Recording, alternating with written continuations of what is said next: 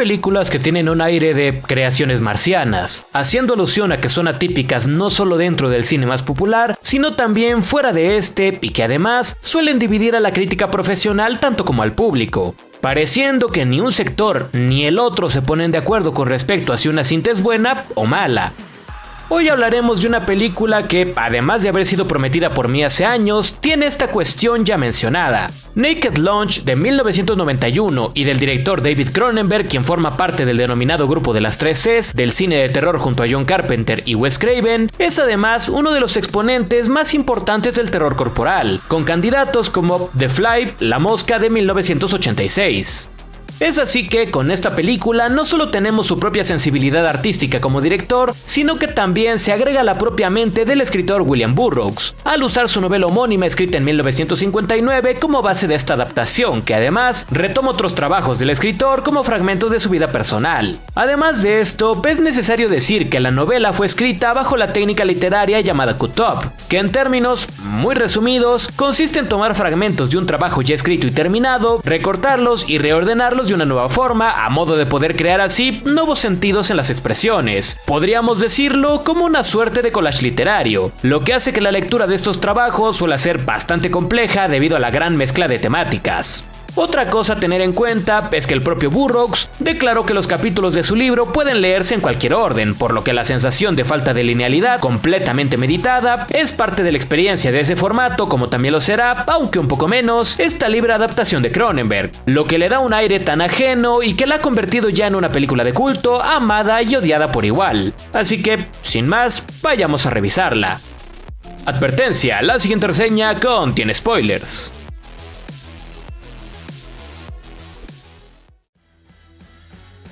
Después de un año de créditos iniciales, abrimos con un texto extraído del trabajo de Burroughs que dice: tramposos del mundo entero, hay una marca que no pueden vencer, la marca interna.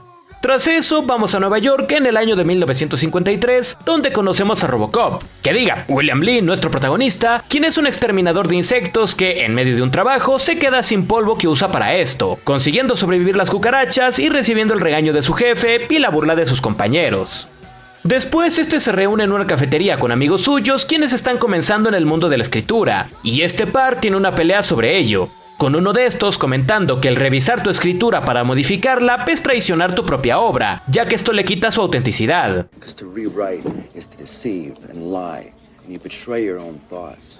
Espera, ¿de qué está hablando? No lo sé. Mientras que el otro defiende el poder revisar esto para encontrar un equilibrio en lo que escribe, mientras que Lee dice ante la discusión que la mejor respuesta es renunciar a todo pensamiento racional. A su vez, este dice que desde los 10 años renunció a escribir y que su trabajo de vida es el de exterminador. Y al misterio del polvo, sus amigos infieren que quizás su esposa esté relacionada con esto. I gave up writing when I was 10. Too dangerous. No, but we suspect it's a domestic problem. Al volver a casa, descubre que, en efecto, la crisis del polvo se debe a que la mujer, Joan, utiliza el mismo para prepararse droga, la cual la hace pensar en Kafka con respecto al enfoque en los bichos y sentirse como una, porque se está inyectando algo que los mata, y tentado por ella, también decide probarlo.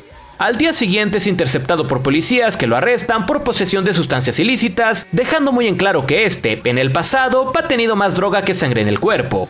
Los agentes sospechan del polvo que usa para exterminar insectos, así que preparan uno que tenían a la mano para comprobar si este compuesto es lo que dice ser. ¡Mátenlo, mátenlo! ¡Ay! Esta criatura gigante, cuando parten los policías, le habla a nuestro protagonista, diciendo que él es oficial, ya que Lee es un agente que ahora recibirá las instrucciones de acabar con la vida de su mujer, la cual es una agente infiltrada del enemigo que trabaja en la agencia de la Interzona Inc.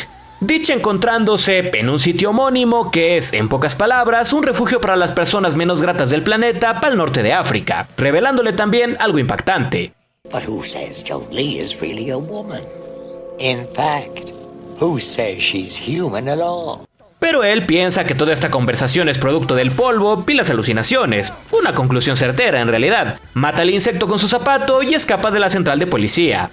¿Y qué está haciendo la esposa? Matar cucarachas con su aliento de polvo mata insectos. Tienen una discusión sobre la adicción de la mujer que desea más polvo y él también sigue tentado a seguir probándolo. llegando a tal nivel que incluso estuvo por robarle su contenedor a un compañero del trabajo que, nada tonto, presiente que es adicto a este y le da un contacto de un doctor para poder superar la adicción, un tal A. Benway. Ya una vez con el doctor entiende lo que pasa y le receta un extraño polvo negro hecho con 100 pies, para que lo mezcle con el polvo, ya que según él, esto hará que el adicto pierda completamente el interés por este. The powder becomes irrelevant to the addict, and the addict then ceases to be addicted. It's like an agent who's come to believe his own cover story, but who's in there, hiding, in a larval state. De regreso a casa, en un mercado, encuentra algunos 100 pies disecados, lo que le provoca llanto por alguna razón, como si se anticipase a algo. Al volver a casa encuentra a sus amigos, uno de ellos recitando lo que parece ser una lluvia de ideas, y al otro dándose a la esposa bien drogados. Pinches viejas putas. Se encierra en su habitación e inyecta a su mujer, y entonces Lee dice que quizás sería buen momento para probar su número de Guillermo Tell, disparándole a la esposa para derribar un vaso que colocó sobre su cabeza, lo que evidentemente sale mal, pues los dos son unos drogadictos y mata a la mujer. De momento va a un bar donde un chico llamado Kiki es bastante directo. Pero él dice que no, y el chico le presenta un amigo especialista en sexo ambivalente, un alien de la raza Mogwump. Imagina lo que puede hacer con esa lengua. Esta criatura, un agente de la Interzona ya mencionada por el insecto gigante, le dice que consiga una Clarnova, una máquina de escribir para redactar su informe sobre aquel lugar y lo acontecido con su esposa, entregándole además un pasaje a este sitio. Es poco después que su amigo Martin aparece y le dice que se irá y que ya reservó su boleto.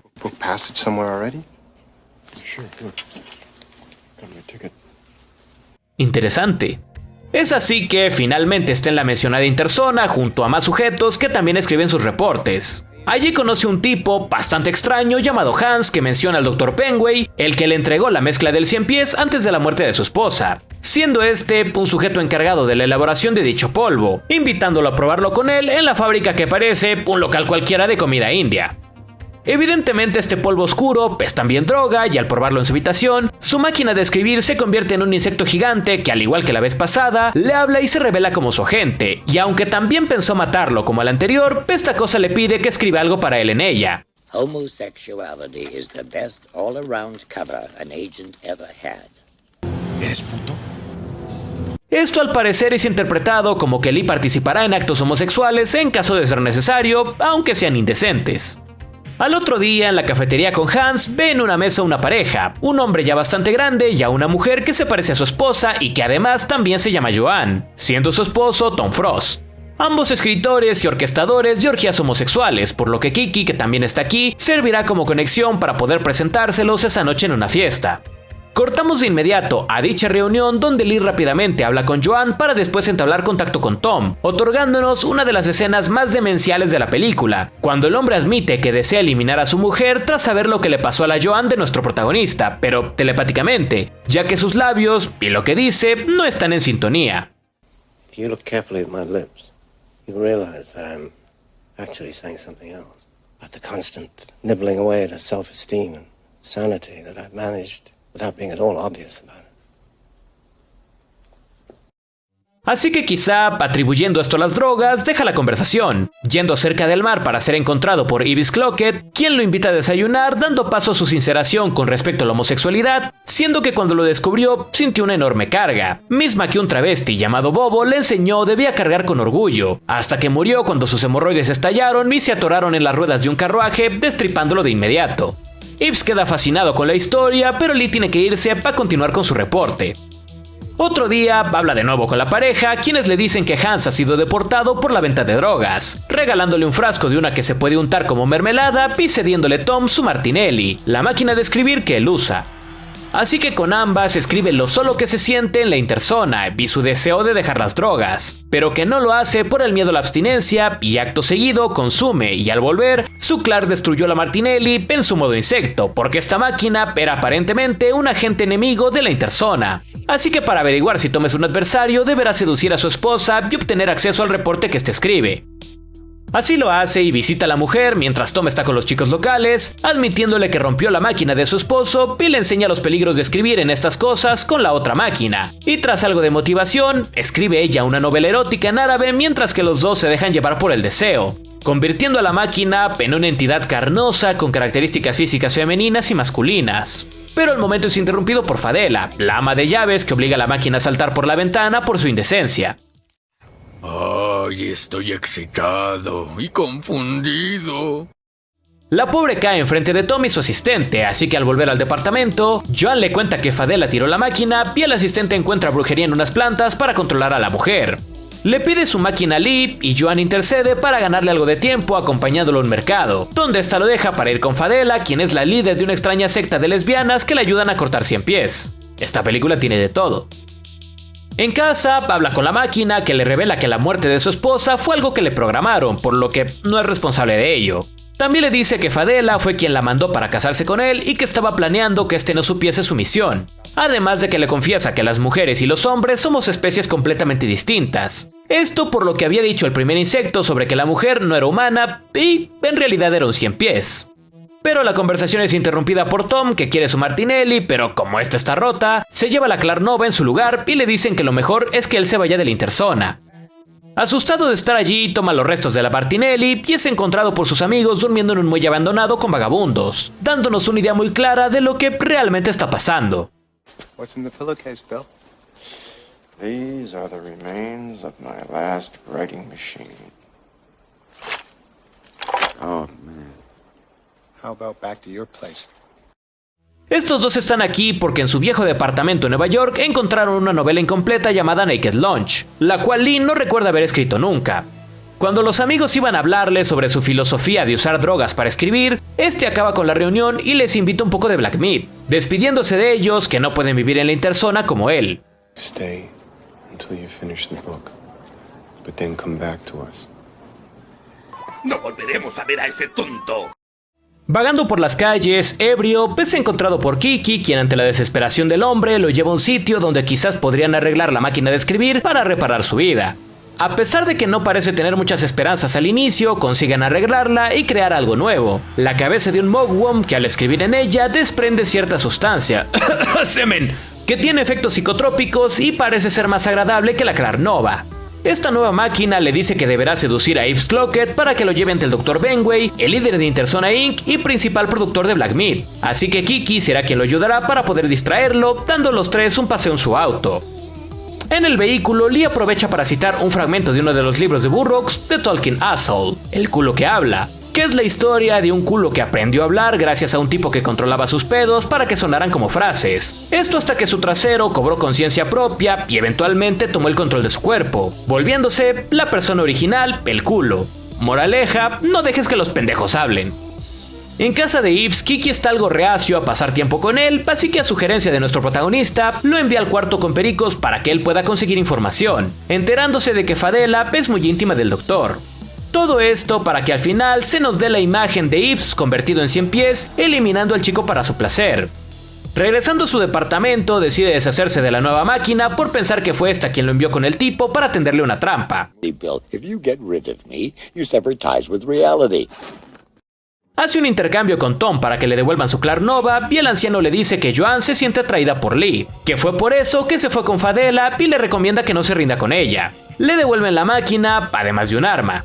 Al revisarla Clark, esta está hecha mierda y antes de morir, le dice dónde está la mujer, siendo la fábrica que antes era de Hans. Finalmente muere y nuestro hombre va en búsqueda de Fadela y su mujer. En la fábrica descubre a varios Mogwai colgados siendo ordeñados por varios adictos, resultando la cabeza líder de esto la mujer ya mencionada que tiene a Joan como escritora de sus notas. Se reencuentran y ella la lleva ante la dirigente, la mismísima Fadela que no es tal, sino que es el Dr. Benway disfrazado de mujer. Es como internet, todos son hombres hasta que se demuestre lo contrario. It is an elegant way to strike terror into the hearts of the enemy, wouldn't you say? Para celebrar su progreso en la investigación, lo invita a seguir siendo un agente suyo, pero ahora en un nuevo sitio llamado Anexia. Él acepta, pero solo si le deja llevarse a Joan, lo que termina pasando y somos llevados a él llegando a este lugar. Siendo este interceptado por oficiales que le piden comprobar su identidad como escritor, pidiéndole que escriba algo. En respuesta, despierta a Joan en la parte trasera del vehículo y le dice que tienen que hacer su número de Guillermo Tell, matando también a esta mujer. Tras eso, los oficiales lo dejan pasar, terminando así la película. Welcome to Anexia. Almuerzo desnudo para adultos. Hay por lo menos 2 grandes mentiras en ese título. Una pregunta que siempre suele surgir entre las personas que ven Naked Lunch es: ¿qué carajos acabo de ver? Y si bien la respuesta es relativamente fácil de responder, lo que es complejo de abordar es lo profunda que esta respuesta por sí misma es. Es decir, Naked Lunch es la mezcla de los mundos creativos de William Burroughs y de David Cronenberg, pero primando, por supuesto, la visión del ya mencionado director, quien tuvo bastante libertad con respecto a esta adaptación de la novela, que es bastante densa de leer debido al estilo en la que fue creada, y claro, aún más complejo, porque Burroughs ni siquiera recordaba haberla escrito debido a las sustancias que consumía para el momento, siendo este detalle biográfico de su vida algo que no escapa a esta interpretación, que también funge levemente como representación de la vida del escritor, usando su personaje y seudónimo William Lee para esto. Con respecto a los detalles biográficos del escritor, tenemos los siguientes. Primero, y siendo el más evidente, el polvo para matar insectos cuyo uso se asemeja a la heroína, sustancia que este consumía. Otro elemento es la muerte de Joan, que es directa referencia a cómo murió la esposa de Burroughs en 1951, con ambos en estado de ebriedad, recreando este número de Guillermo Tell, quien además también se llamaba Joan. Relacionado a esto tenemos la interzona, que en la vida real era la forma en la que se denominaba a un sitio en Marruecos donde este se escondió un tiempo tras el incidente con su esposa. Y claro, no es imposible ignorar los elementos de homosexualidad reprimida del personaje principal, que también formaban parte del escritor desde muy joven, por lo que el personaje de Kiki también es inspirado en un amante que este tuvo estando allí. No es que la película busque ser una biografía en el sentido estricto de la palabra, pero es innegable la influencia que tuvo la realidad para su realización. Otro detalle en esto es que, al igual que en la ficción como fuera de ello, lo que motiva la escritura es la muerte de Joan, además de la relación entre el proceso creativo y las sustancias, lo cual estará muy presente aquí. Otra cosa interesante es que, si bien la primera parte de la película es más convencional con respecto a la linealidad y la coherencia, es a través de las conversaciones de los amigos de Lee que se nos marcará el tono de esta historia, donde en determinado punto la racionalidad se perderá, siendo esto algo a lo que él mismo ha renunciado en su vida y que se agravará una vez que incursione con las drogas, pero de este modo preservando así la filosofía de mantener las ideas de la forma más auténtica posible, sin correcciones posteriores que puedan censurar las ideas originales, que quizá a veces podrán ser caóticas, pero encuentran su camino a lo largo de este demencial hilo narrativo que está lleno de ideas brillantes, locas, frescas y, como dije, caóticas, siendo estas las que adquieren protagonismo y se ejecutan adecuadamente, mezclando este sinsentido con el gusto de Cronenberg de crear criaturas altamente desagradables y humanoides, y otras no tanto, con elementos kafkianos al enfatizarse tanto a los insectos. Esto también se mezcla con las propias palabras de Lee al referirse a la escritura como un proceso peligroso. Esto por un par de cosas. La carga personal inherente al proceso creativo que orilla a dejar plasmado en diferentes medios un pedazo de ti, siendo en el caso de nuestro protagonista todo lo que vive en la interzona, y encima la relación estricta entre este y su dependencia a las sustancias para poder escribir, las cuales claramente le hacen daño pero que necesita y que no puede dejar porque le son de utilidad para realizar su reporte. De la misma forma que escribir le ayuda, también es un círculo vicioso de destrucción y autodestrucción en pos del proceso creativo, que recuerda a otras películas que aborden el tema como The House That Jack Built, de Lars von Trier, ya reseñada en este canal, y que podemos ver en la escena donde la máquina escribe sola después de que este pruebe la Black Meat en la interzona. Es tras los primeros 8 minutos de metraje que la linealidad convencional desaparece de la película, y para ese momento ves que Lee ya ha probado el polvo para insectos junto a su esposa, y donde inicia el viaje de una mente en sustancias, tratando de darle sentido a las cosas que ve y cómo las percibe, como la muerte de la mujer ya mencionada, iniciada por una paranoia tras ser arrestado por la policía por el manejo de sustancias ilegales, que detona la alucinación de un insecto gigante, lo cual fue inspirado por las referencias a Kafka dichas por su mujer y su propio contexto como exterminador de plagas. Al final, como se menciona en un momento de la película en torno a una historia ajena de un sujeto creyéndose la propia historia que inventó, esto termina sucediéndole a Will, quien cada vez más sumido en la adicción va perdiendo más y más el contacto con la realidad, perdiendo a sus amigos que lo ven en un estado deplorable y finalmente desapareciendo toda la cordura al perder a su máquina de escribir. Y este nivel de deformación de la realidad y dependencia a las sustancias lo podemos ver en, por ejemplo, cuando busca escapar de la policía por la muerte de Joan, enseñándole su pasaje a su amigo Martin que no es más que una dosis, o más adelante, cuando este par lo encuentra durmiendo en la calle con una bolsa repleta de sustancias y no los restos de una máquina de escribir como él decía, o también cuando para el final de la película, al morir la Clark Nova, esta recupera su forma de máquina de escribir. Por lo que mucho de lo que vemos en esta película no parece ser más que un viaje en sustancias muy intenso, donde la realidad se ha deformado y el sujeto se ha perdido tanto que no recuerda haber escrito una novela llamada Naked Lunch, siendo esto, de nuevo, un detalle biográfico de Burroughs, quien tampoco recordaba del todo haber escrito dicho libro. Es así que vamos viendo la historia que se va creando el protagonista con algunos elementos del mundo real. ¿Cuáles? No siempre es tan claro, pero donde sí lo es, esto queda bastante evidente, como por ejemplo la presencia de otra mujer idéntica a Joan que responde a una frase dicha por su esposa antes de morir cuando ésta probó el polvo.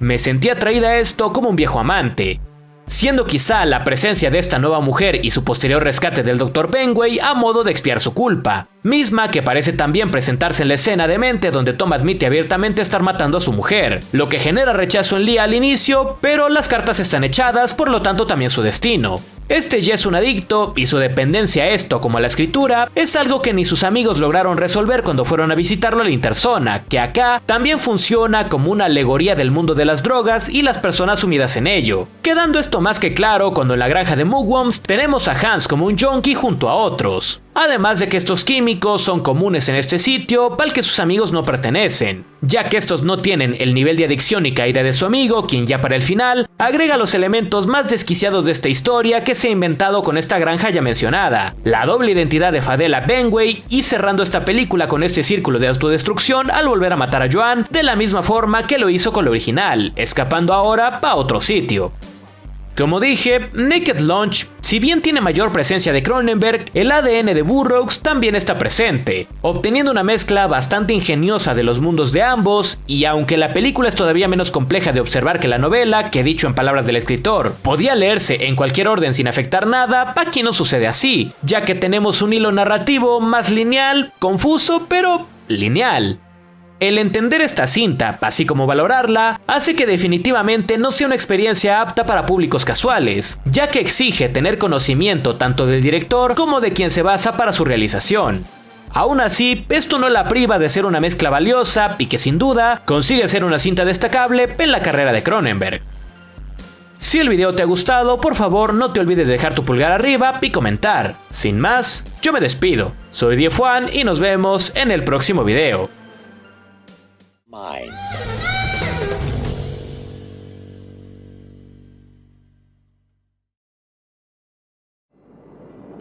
La miniatura de esta reseña fue hecha por Franco Presenda. Sus redes sociales y las mías estarán debajo en la descripción. Si deseas ver los videos antes de su estreno o ser mencionado al inicio de estos, ya puedes ser miembro del canal. También está lista la opción de supergracias por si deseas ayudarme a comer carne una vez al mes.